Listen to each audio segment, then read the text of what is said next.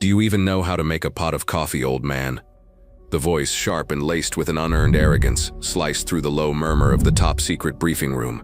Lieutenant Commander Reynolds, a man whose crisp new uniform seemed to wear him rather than the other way around, smirked at his own question. He held his empty ceramic mug aloft as if it were a scepter, a clear and public demand for a refill. Alan McCarthy, 78 years old, did not turn immediately. His hands, steady despite the faint tremor of age, continued their methodical work of wiping down the stainless steel counter of the small kitchenette tucked into the corner of the secure facility. He moved with a quiet dignity, a man who had long ago made peace with the world and his place in it. He was just the civilian contractor who served the coffee, a ghost in the machine of national security. Reynolds exchanged an impatient glance with a younger lieutenant at his side, who offered a sycophantic chuckle. "Sir, I think his hearing aid might be on the fritz." The condescension dripped from every word. "Hey, Grandpa." Reynolds' voice boomed louder this time. "The mug, now." Alan finally turned, his calm, pale blue eyes meeting the officer's. There was no anger in his gaze, only a quiet, deep-seated stillness that seemed to absorb the hostility without reflection. He picked up the coffee pot, its dark, fragrant steam rising in the cool, climate-controlled air, and walked toward the briefing table. The briefing room was a state-of-the-art theater of modern warfare, a cavern of tiered seating and glowing monitors, all focused on a massive interactive map of the world. It was a place where decisions that shaped history were made, where men and women of immense intellect and authority debated strategies that would affect millions. Yet in this moment, all the focused energy of the room seemed to contract around the small, mundane drama unfolding at the coffee station. Lieutenant Commander Reynolds, a rising star in naval intelligence, was known for his sharp mind and an even sharper tongue. He was a man who had climbed the ranks quickly, mistaking his rapid ascent for inherent superiority. To him, Alan McCarthy was nothing more than a piece of the furniture, a relic from a bygone era, who was now employed to perform a menial task. As Alan approached, Reynolds leaned back in his chair, a deliberate gesture of dominance, and continued his performance for the junior officers who orbited him. "You know," he said, his voice carrying across the room, "I bet this is the most excitement you've had in years, huh? Getting to be in the same room as the real players." Alan said nothing. He simply reached for the mug, his worn, wrinkled hand steady as he poured the hot black coffee. The aroma filled the air, a starkly normal scent in a room dedicated to the abnormal. He didn't fill the mug to the brim, leaving just enough space for cream the way he knew every officer, including Reynolds, preferred it. It was a small detail, a sign of a meticulousness that went unnoticed and unappreciated.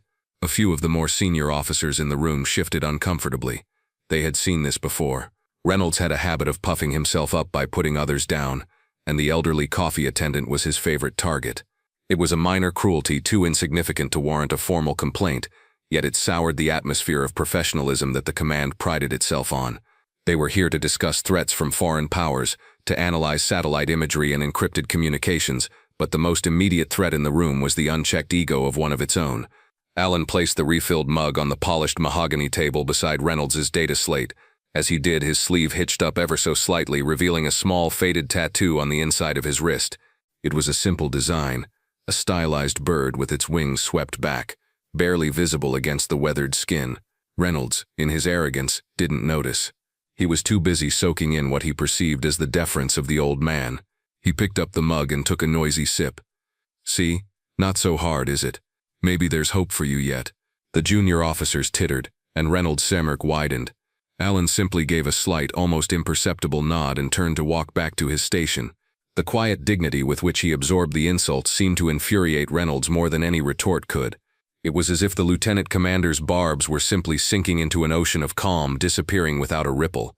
He wanted a reaction, a flicker of fear or resentment, something to validate his own sense of power. Getting none, he decided to escalate.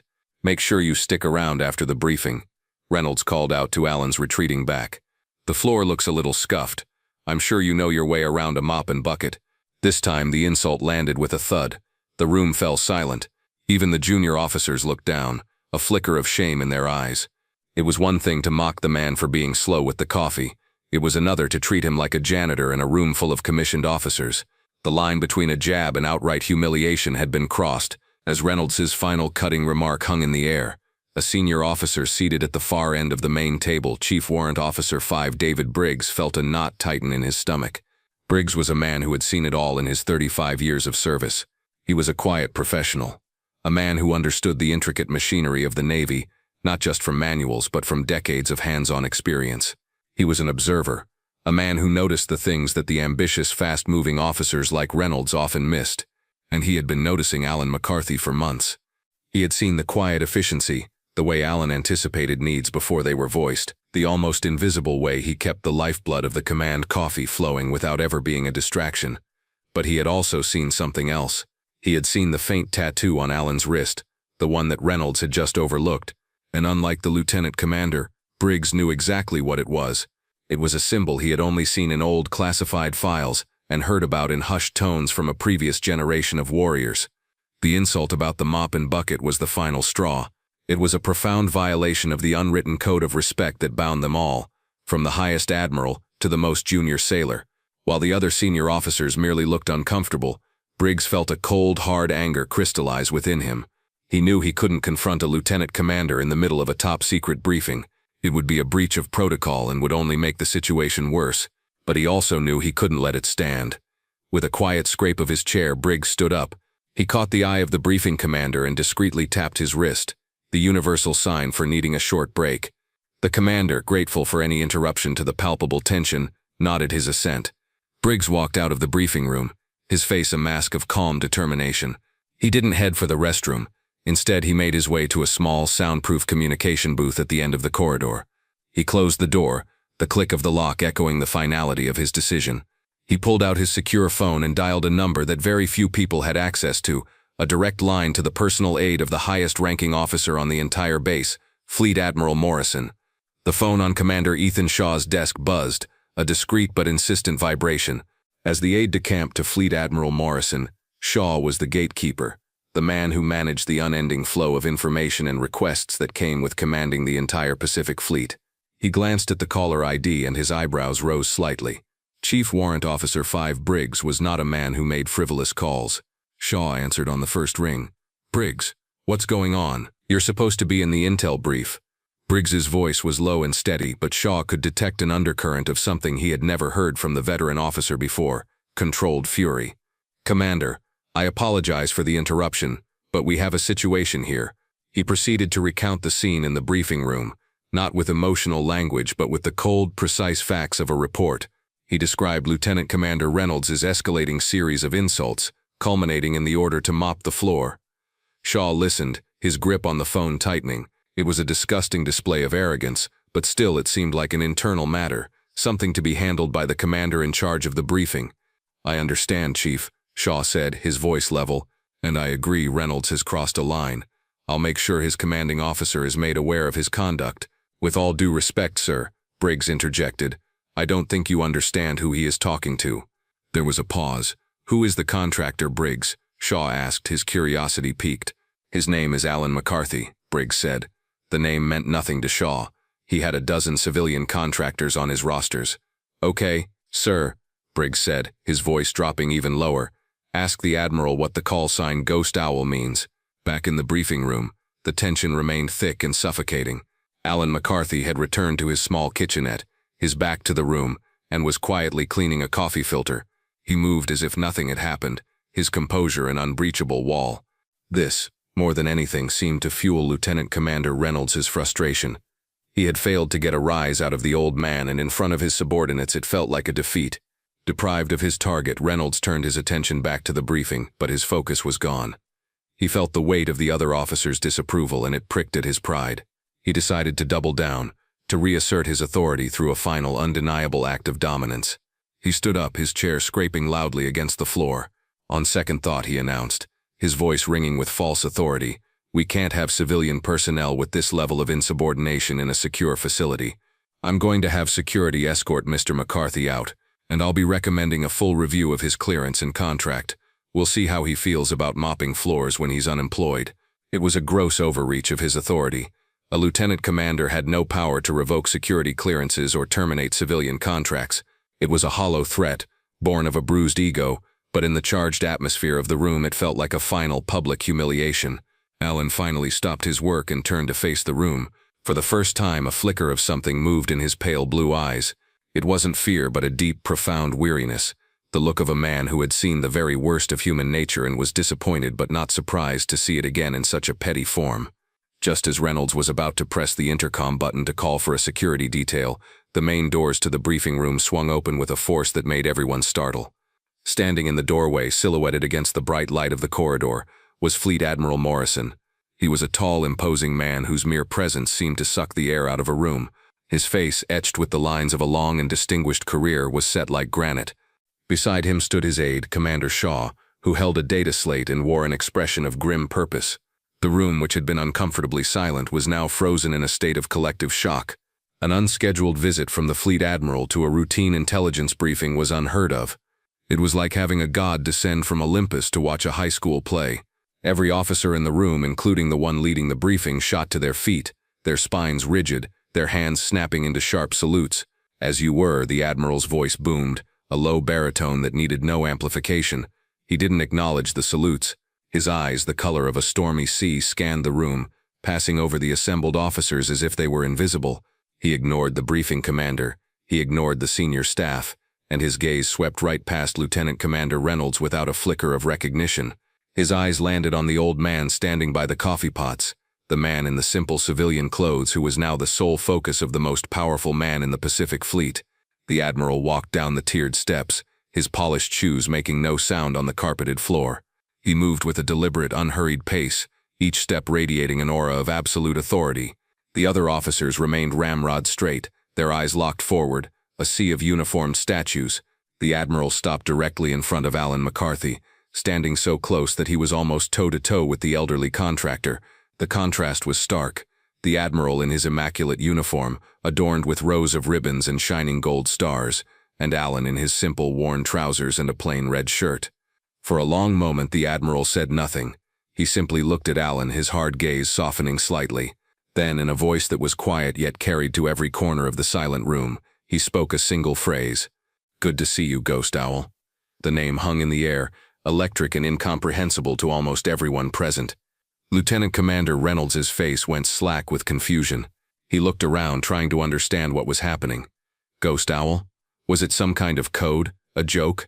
But then he saw the look on the faces of the most senior officers in the room, the ones who had been in the Navy for decades. He saw the shock, the dawning realization, the sudden profound respect. Before anyone could process the words, Admiral Morrison, the 4-star commander of the entire Pacific Fleet, brought his hand up in a salute. It was not a casual gesture. It was a salute of profound respect, sharp, precise, and held with an unwavering intensity. He was saluting the coffee guy. The room didn't just freeze. It felt as if time itself had stopped. The only sound was the faint hum of the servers that powered the massive screens. The Admiral held his salute, his eyes locked on Alan's. Slowly, as if pulling a memory from a great depth, Alan McCarthy returned the salute. His form wasn't as crisp as the Admiral's, his arm slightly stooped with age, but it was correct in every detail, a gesture of shared experience and mutual respect that transcended rank and time. After a moment, the Admiral lowered his hand. He turned to face the stunned audience, his gaze sweeping over them before landing, with the force of a physical blow, on Lieutenant Commander Reynolds. "For the benefit of those of you who have not studied your own history," the Admiral began, his voice now cold and hard as steel, "let me tell you who you have been sharing this room with. This is Alan McCarthy." In 1968, then Ensign McCarthy was flying a reconnaissance mission over North Vietnam when his aircraft was hit by a surface-to-air missile. He and his co-pilot were forced to eject deep in enemy territory. The Admiral paused, letting the words sink in. For the next 72 hours, with a broken leg and no supplies, Ensign McCarthy evaded capture while carrying his severely wounded co-pilot on his back. He neutralized 2 enemy patrols, single-handedly silenced a machine gun nest, and called in an airstrike that saved an entire platoon of Green Berets who were about to be overrun. His call sign, the Admiral's eyes bored into Reynolds, was Ghost Owl. For his actions, he was awarded the Navy Cross. The Admiral turned his piercing gaze directly onto Lieutenant Commander Reynolds, whose face had drained of all color. He looked as if he might be physically ill. The smirk, the arrogance, the casual cruelty, all of it had evaporated, replaced by a stark, naked fear. "Lieutenant Commander," the Admiral's voice was dangerously quiet now, a predator's whisper. "You, who have never heard a shot fired in anger, felt it was your place to humiliate a man who has bled for the very flag on your shoulder. You dismissed him as a grandpa, as a janitor. You stand in a room dedicated to the gathering of intelligence. Yet you failed to see the most important piece of intelligence in this entire facility, the quiet hero standing right in front of you. The Admiral took a step closer to Reynolds, who seemed to shrink under the weight of his gaze. You are an embarrassment. You are an embarrassment to your uniform, to this command, and to the memory of every man and woman who ever served with honor. Commander Shaw, he barked without turning, relieve Mr. Reynolds of his duties. He is confined to his quarters pending a formal review of his conduct. I want him enrolled in a mandatory 1-month course on naval history and heritage, and then I want him assigned to the most remote, miserable outpost I can find, where he can spend the next year contemplating what it truly means to serve. Commander Shaw simply said, "Aye, Admiral," and made a note on his data slate. The career of Lieutenant Commander Reynolds was, for all intents and purposes, over. The Admiral then turned back to Alan, his expression softening once more.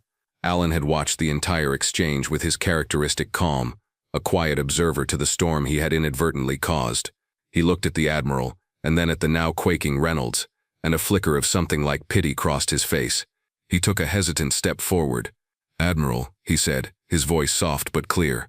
With all due respect, the young man, he just didn't know. The Admiral looked at Alan, a silent question in his eyes. Alan continued, his words addressed to the Admiral, but meant for everyone in the room. "Respect isn't something you command because of the rank on your collar. It's something you earn with your actions, and it's something you should give freely, especially when you don't know someone's story. Everyone is fighting a battle you know nothing about."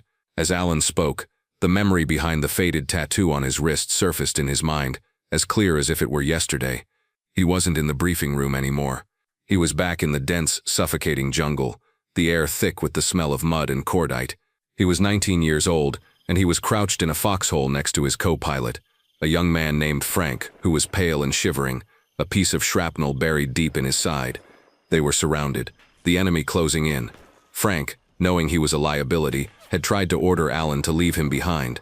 "Go," he had whispered, his voice weak. "That's an order." Alan had just looked at him, then ripped a piece of his own flight suit to fashion a tighter bandage. "We leave together," he had said, "or not at all." Just then a grenade landed in the foxhole.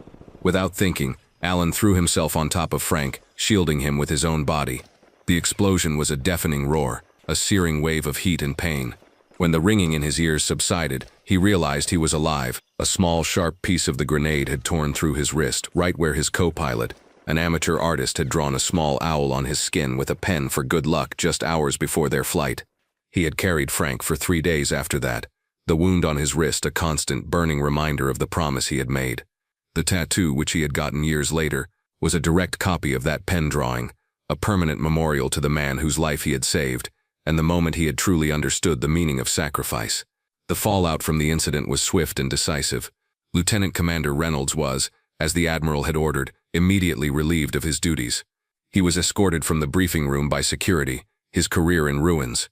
The next day, a command-wide memo was issued, mandating a new series of heritage and respect training modules for all personnel, with the first session to be taught by Chief Warrant Officer 5 Briggs.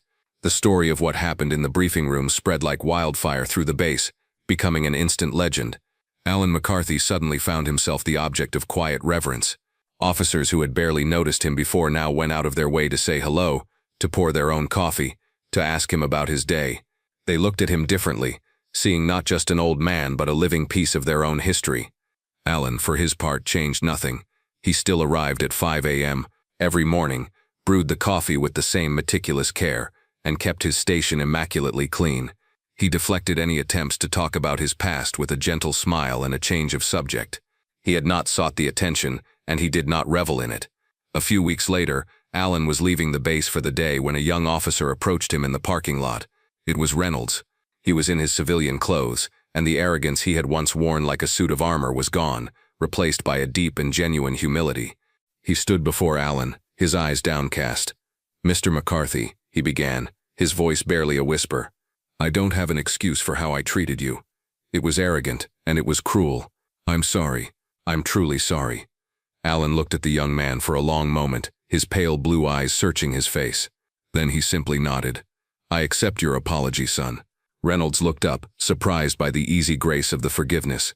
"That's it?" "That's it," Alan said. "You made a mistake. You're paying the price for it. Now it's time to learn from it and be a better man, That's all any of us can do."